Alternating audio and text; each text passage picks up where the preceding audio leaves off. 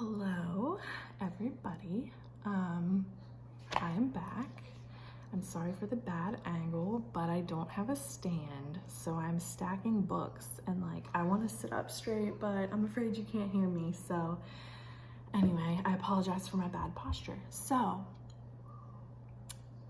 it's still crazy with the coronavirus. And when things get crazy, I like to fix it. And this past year, not 2020, 2019 was a really rough year. And so I wanted to fix that too, but couldn't. So I started praying about what I could do to help people. And I was just trying to let God lead me to where He wanted me to go. And I'm doing the same this year. So I have a other video on anxiety, and I had a couple people message me that one was about her daughter, and she said that she really struggles, and wanted to see if she could add me on Facebook so that she could have some encouragement, and I told her absolutely. And then another person who I've been friends with for a while said, I never knew you struggled with that. I do too. And so you never know what someone's going through. You never know how bad it might be in their life. So I thought maybe that I would keep trying to find ways to help with these videos. And I've been praying recently, and God led me to sharing my testimony. And so I gave Him a little pushback for that. Because there are even people in my family that don't know my full testimony. They know bits and pieces, but not the full thing. And I was like, God, I don't know that I'm ready for them to find out, but He quickly reminded me, He quickly reminded me that it's not about them. It's not even really about me.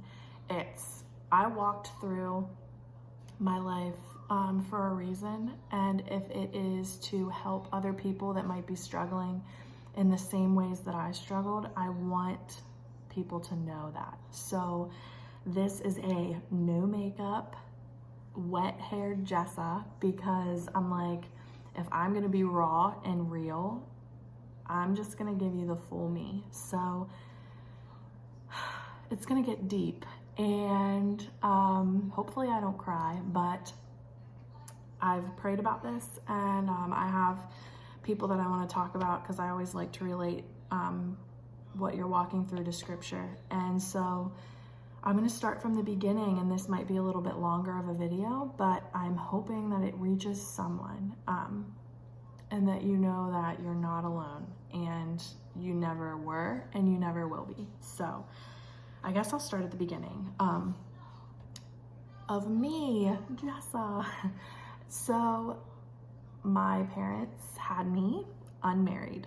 So you know what that means. They had sex out of wedlock. And one thing that I am so appreciative for is the fact that both my parents have been so incredibly real and open with me. Because of everything that they walked through and the mistakes that they made, they never tried to hide that from me. Obviously, when I grow up, I'm going to ask questions and be like, what the heck? Why do I have to bounce around from house to house? So they've always been so honest with me. And whereas sometimes people have probably, actually, I know that they've judged them and looked down on them, I have never had 4 parents who have loved a child more than they love me. They have always put me at the center of their decision making. I don't think when they disagreed on things, they didn't fight. I don't ever remember my parents fighting. Not my step parents, but my other parents. They never fought, and if they did have disagreements, it was never in front of me. And I am so thankful that God placed me in the lives of, I'm glad that they did that, because I would not be who I am today because of that, or like if they didn't live the way that they lived. So my mom especially has been very open with me about her life, what she did, who she was, and she did it because she didn't want me to make the same mistakes that she did.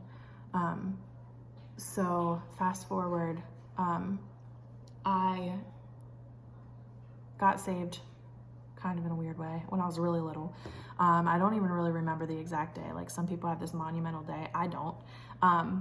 I went to Calvary Assembly of God. They had chapel every Monday, and it was in one of those chapel services. It was kind of like a hellfire and brimstone type message that was like, you're going to go to hell unless you ask Jesus into your life. And then they proceeded to talk about hell and what it persisted of. And so I was like terrified into, oh my gosh, yes, Jesus, come into my heart. So it wasn't until I hit high school, like my middle school to high school transition, to where I really started having a relationship with God. And so it was kind of in the perfect timing, honestly. I've had a couple boyfriends. My best friend will tell you I've had a lot. But actual boyfriends, I've only had a couple. And through high school, I did not give in to peer pressure when it came to drinking and drugs, and that is because of my mom. She was very real. She did transitional living, which is helping people like teens and young adults find an apartment and try to help them find a job, how to live on their own type thing. And she used to take me with her when she would get called into work. And I was around a lot of drunk people at a very young age. Some of them really close to me. And so I saw them sober and I saw them drunk. And whenever you're little, you don't understand why they're acting the way that they're acting. And that traumatized me a little bit in a good way, because when I grew up, I'm like, this is somebody that I look up to. This is something that I admire. And seeing them act stupid and act the way that they were acting genuinely forced me away from it. I never had the desire to try alcohol. I never had the desire. I've been to parties in high school. I've hung out at bars, but I've never drank a sip of alcohol in my entire life. And I am so thankful for my mom for putting me in that situation to see that at a young age. Also, when I was little, my grandfather and uncle took their own lives, and they were two of the most important people in my life. And so I was traumatized by that. And when I got older and when I grew up, I realized that substance abuse was a little bit of that. And so knowing that forced me out of it too. I didn't want that. I didn't want to be somebody that went to those things. And so peer pressure in that area was not an issue with me. So that's the good part of my testimony, is I never gave into peer pressure, and you don't have to either. People asked me, they tried to force it on me, and I went to bars, for goodness sake, and put myself in those situations. So I just knew that I didn't want to. And with every time I said no, the strength came even more. It wasn't like I was dwindling down. The peer pressure just made it better for me. So, and I grew up with a lot of people, even people older than me, telling me how much they admired me for being able to say no. So that's the good part of my testimony. Now it's the not so good part. So really good at peer pressure when it came to drugs, alcohol, all of that. Not so good on the peer pressure when it came to boys. My mom will tell you at a very young age, I was boy crazy. My best friend, will say the same thing. She said, you went through our elementary school class with all the boys. Yeah, so when it came to boys, I was not good with the peer pressure. And when I was 17 years old, I started dating a boy.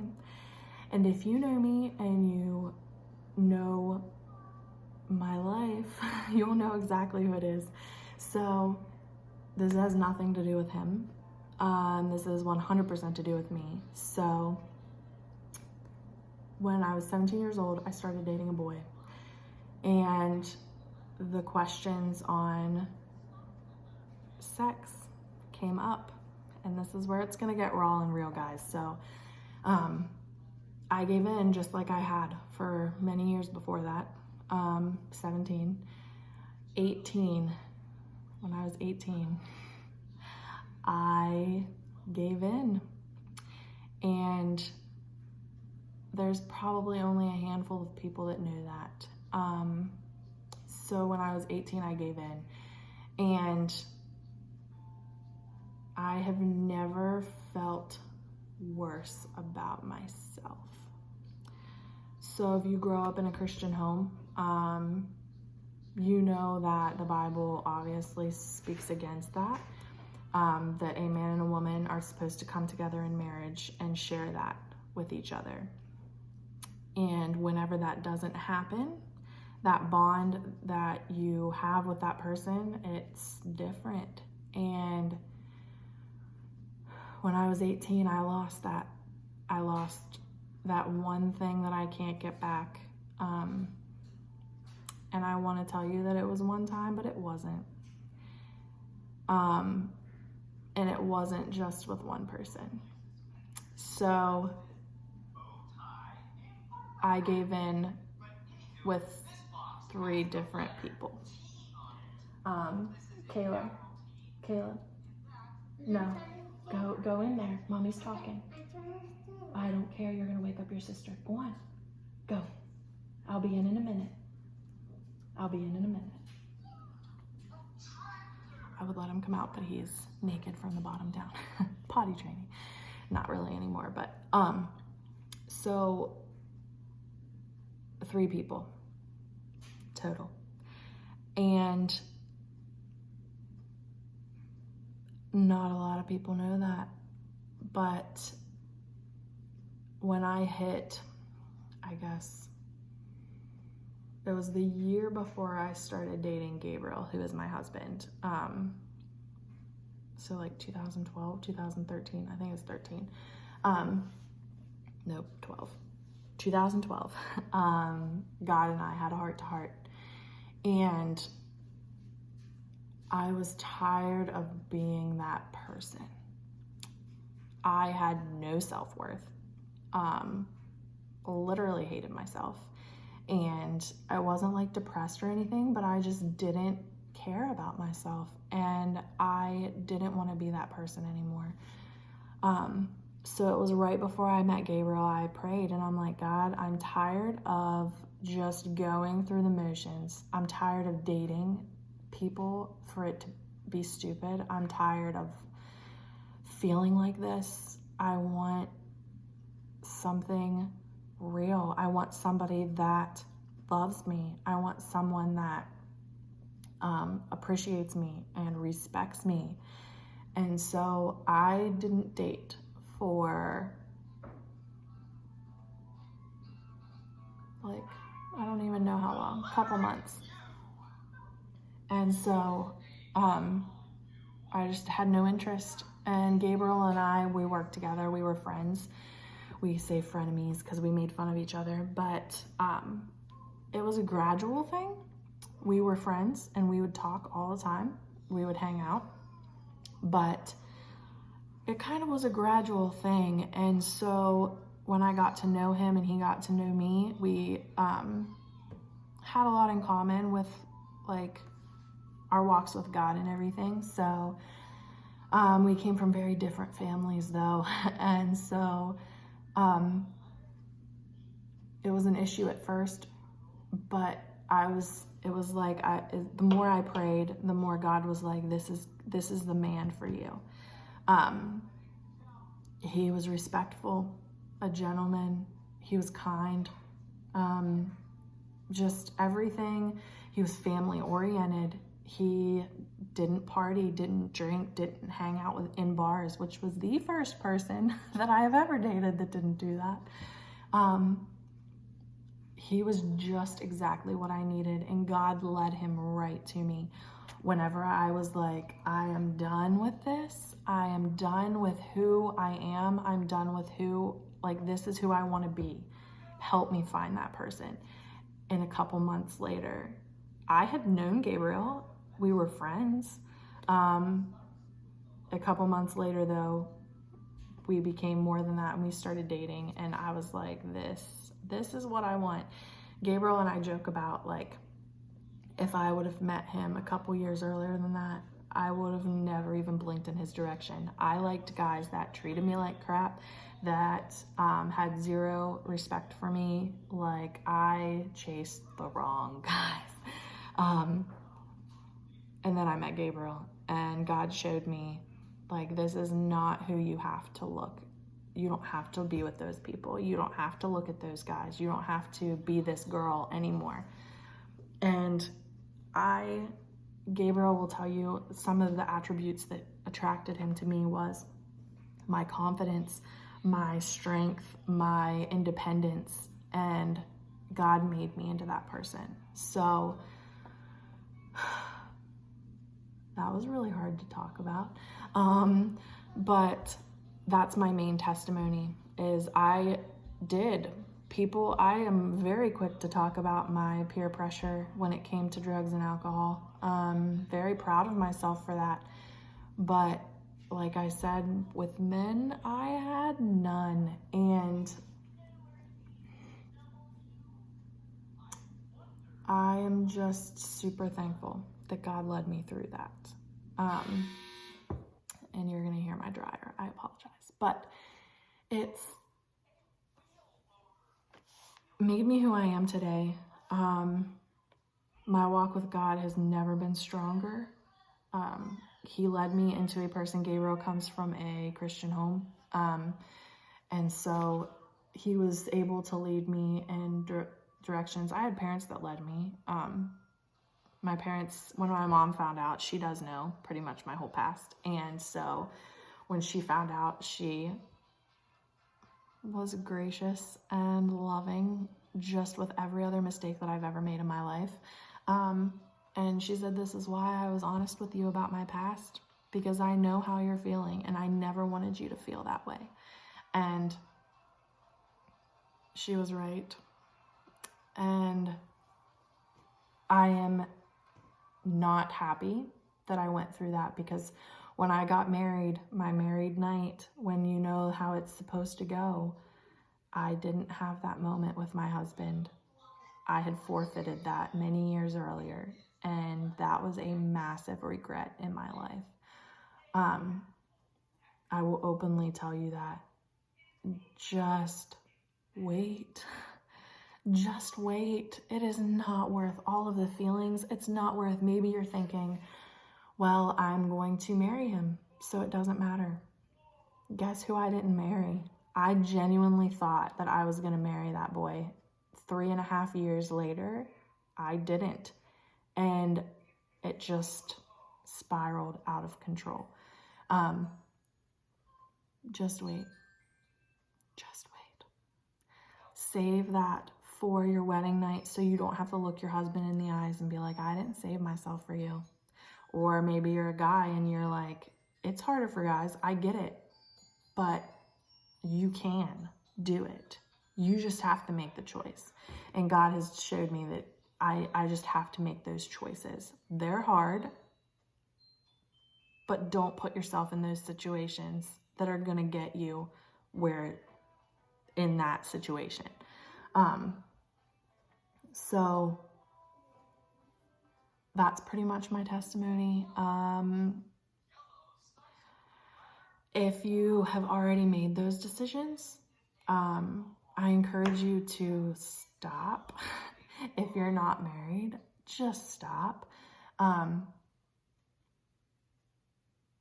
You don't have to feel the way that you're feeling, and feels 10 times better when you wait and you,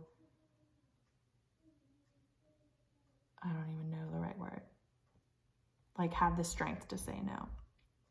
Be like me in alcohol, say no, and it gets easier to say no. Say no to sex, and it gets easier to say no. I know a lot of people that are currently living the life that I lived, and it's not, I don't even know how to say it.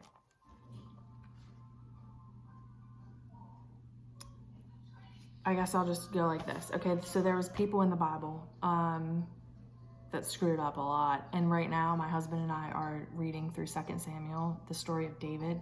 And we just read his Bathsheba story, where they committed adultery and she ended up pregnant. And not only did he commit adultery, but he tried to cover it up. And when that didn't work, he murdered. And when that didn't work, he just led into a series of sins that he could not, it was just easier to keep doing it. And once you do it once, it's easier to keep doing it.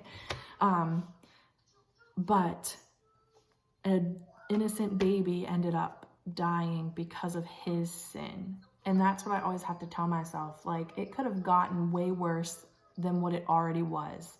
Like, I could have ended up pregnant at a very young age. Mom said I could have rewritten her story. Praise God I didn't, but just, you never know. Like, oh, I'm on birth control, or, oh, we're using a condom. It doesn't matter. It doesn't matter. You know it's wrong. Like, deep down, I knew it. Every single time it happened, it was like a gut punch. Like, I was convicted, like I knew it was wrong. I lived in misery for so many years, and you don't have to do that. You don't. So King David was a big person that God used his mess and turned it into a miracle. We talked about, or I looked up Saul, and we've heard the story of him. Before he was Paul, he was Saul, and he was a man that hated Christianity and wanted to kill all the Christians. And then God met him, and he changed his name, and he became like this on fire person for Christ. God used somebody that was a mess and turned him into a miracle. Moses, he murdered that Egyptian, but God used his mess and turned him into the person that got all of the Israelites out of slavery. And then, of course, Peter denied Christ 3 times. And how many times have we denied him? Maybe not with our words, like I don't know him, but we live in sin. We sin daily, but God can still use you. Like, I just want him to use me, and I am tired. I've lived in fear for so long about what other people think of me, that if I can reach one person with my testimony and with who I used to be, to show you that you don't have to be that person anymore, I want to do that. When I grow up, or when my kids grow up, I'm going to be open with them.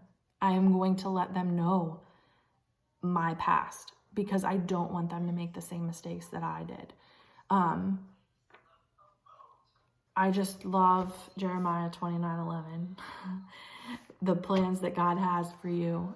He wants to give you hope and a future.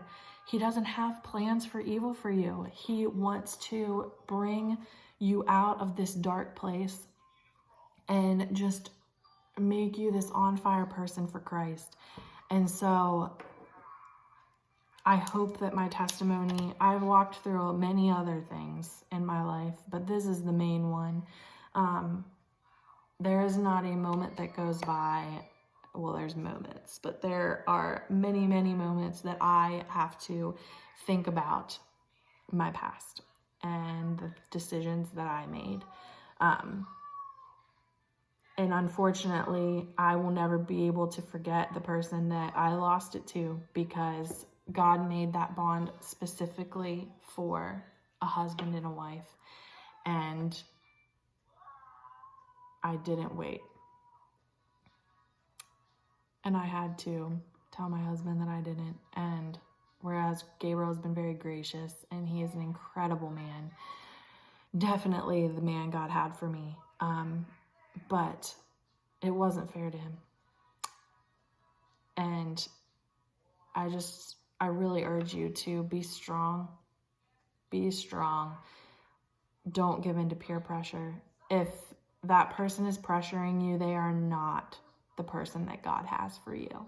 The person that God has for you is going to uplift you and be kind, and you may want that person, but if it's not the person that God had for you, it's not going to work anyway.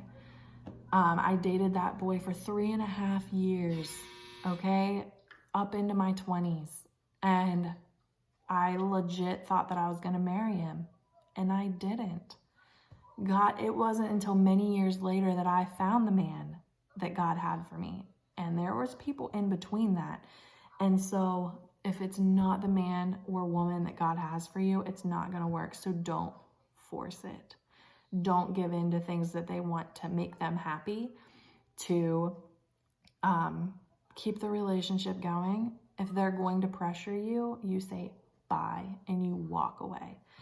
And you have no idea how many times I wish that I would have made those decisions. So I hope that this has reached someone. I hope that it does reach many people, and that you know that you're not alone. If you want to talk about it, there is zero judgment with anything. Just because I didn't give in to drinking and drugs and alcohol does not mean that I'm judging you for doing that. I cannot tell you, I think I've probably only had one friend in my entire life that did not, ever. And maybe they did, I don't know. But my entire circle of friends, I went to parties with them, I went to bars with them. I have zero judgment. I would love to talk to you and pray for you. So if you're struggling in any aspect of your life, like I have this that I could talk about, the drugs and alcohol I could talk about, because I've helped a lot of friends resist the peer pressure. I deal with daily anxiety, and I don't deal with depression, but aspects of it I have. So if there's anything that you're struggling with, I would love to talk to you. No judgment. I don't talk about anything that people come to me with anybody. So reach out to me. I would love to pray with you, hold you accountable, anything that you need from me. So I know that this has been a way long video, but I really wanted you to see the raw and real me. And if that helps somebody, I am all for it. So I am so thankful for the people that have reached out to me to let me know that the videos have helped them. I'm so glad. If you need scripture to go to or devotionals, I have a Pressing Pause devotional that I've shared on my Facebook that I've had a couple people tell me that they love. If you're a mom, I totally recommend it. But I am here for anything and everything that anybody needs, and I really just hope that this reaches someone. You don't have to give in to peer pressure in any aspect of your life. And God is seriously ready and waiting for you to say, I don't want to be this person anymore. I don't want to do this anymore. I just want help. So he is here. He is ready and waiting. And I am too. I pray that you guys have a blessed week. It is a Monday, but no matter when you're reading this, I pray that you will just be able to get through anything that you're walking through. So thank you guys.